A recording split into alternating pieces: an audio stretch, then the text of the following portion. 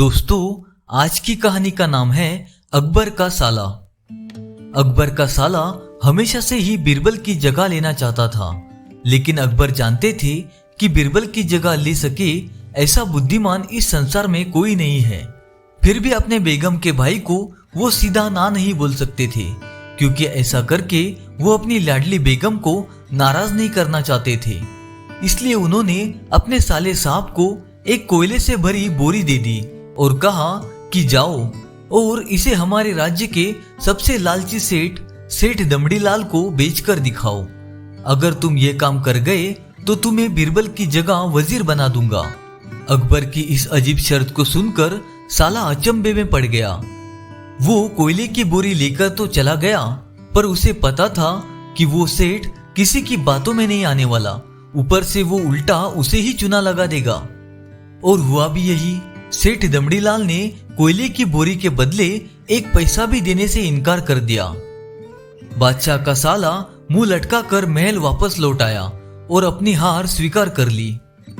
अब अकबर ने वही काम बीरबल को करने को कहा। बीरबल ने कुछ सोचा और फिर बोला कि सेठ दमड़ीलाल जैसे मक्कार और लालची सेठ को ये कोयले की बोरी क्या, मैं सिर्फ कोयले का एक टुकड़ा ही 10,000 रुपए में बेच आऊंगा। यह बोलकर वो तुरंत ही वहां से रवाना हो गए। सबसे पहले बीरबल ने एक दर्जी के पास जाकर एक मखमली कुर्ता सिलवाया, हीरे मोती वाली मालाएं गले में डाली, महंगी जूती पहनी और कोयले को बारीक सुरमे जैसा पिसवा लिया। फिर उसने पिसे कोयले को एक सुरमे की छोटी चमकदार डिब्बी में भर लिया।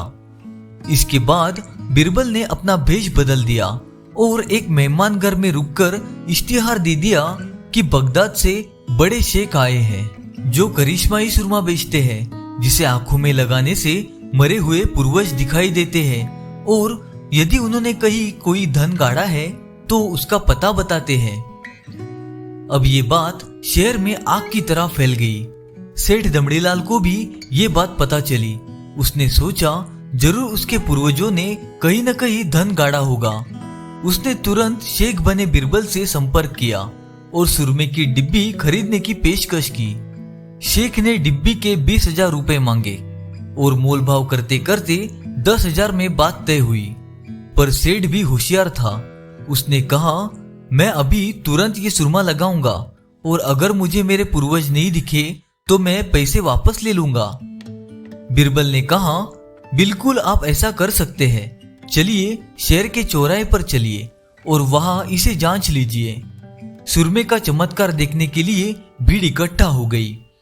तब बीरबल ने ऊंची आवाज में कहा, ये सेठ अभी ये चमत्कारी सुरमा लगाएंगे और अगर ये उन्हीं की औलाद है जिन्हें ये अपना माँ बाप समझते हैं तो इन्हें इनके पूर्वज दिखाई देंगे और गड़े धन के बारे में बताएंगे।